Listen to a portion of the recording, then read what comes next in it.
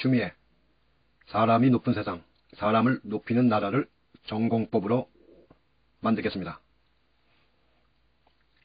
민생저수지가 고갈된 지금은 재난지원금 전국민 지급으로 내수 소비를 일으키는 것이 맞습니다. 1. 재난지원금은 전 국민에게 지급해야 합니다. 민간 소비를 일으키기 위한 확대 재정정책이 시급히 요구되기 때문입니다. 재정 투입은 정부 투자이고 국민은 투자가 꼭 필요한 곳에 투자를 요구할 권리가 있습니다. 민주정부 재정당국은 국민의 절박한 요구에 복무할 의무가 있을 뿐 재정 담당 관료의 권리가 아닙니다. 2.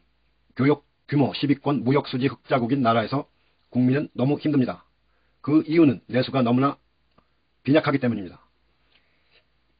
개개의 국민이 고통을 겪고 있는 이때 정부가 돈을 투입해야 합니다. 기업이 어려울 때 국민 세금을 지원하였듯이 내수의 저수지가 감을 때도 정부 재정을 과감히 투입해야 합니다.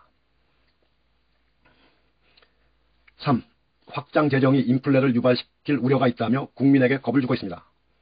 그러나 한국은행이 돈을 찍어 시중에 유통시켜도 부동산이나 주식시장에 거의 흡수되어 버리고 골목 상권으로 돈이 흐르지 않습니다. 전문 용어로 화폐 유통 속도가 0.6에 불과하다는 진단이 있었습니다. 그러나 재난지원금은 바로 민생저수지에 투입되어 골목으로 흘러들어가는데 효과가 있는 돈입니다. 오히려 부동산이나 주식에 들어가는 돈과 달리 인플레를 유발할 우려가 없는 것입니다. 4. 정부와 정치권에서 보편이냐 선별이냐 편가르기를 하는 것은 서로 다른 정책 목표에 대한 오해에서 비롯된 것입니다. 모든 정책은 정책의 목표가 있는 것입니다. 재난지원금은 소비 진작 재정 정책입니다. 민생 저수지에 투입하는 재정 정책으로 민간 소비를 살리고 내수 기업인 중소상인들이 살아나면 세수가 더 거치게 되는 선순환 재정 정책입니다. 5. 그런데 코로나로 인한 방역당국의 영업 제한 행정 조치로 특별한 손해를 입은 자영업자 등에게 영업 손실을 보상하는 것은 법적 문제인 것입니다. 이는 당연히 개별 구체적인 사정에 따라 달리 정해질 문제입니다. 특별한 희생에 대한 보상이나 지원 대책을 선별 지원인 것처럼 혼동해서는 안 됩니다. 6.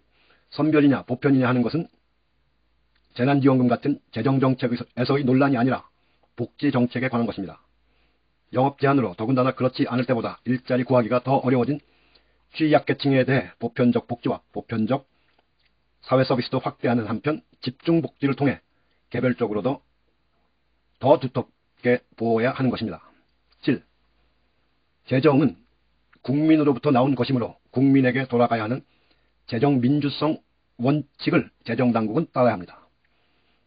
사람이 돈보다 높은 세상, 사람을 높이는 나라로 가야 하기 때문입니다. 추미애.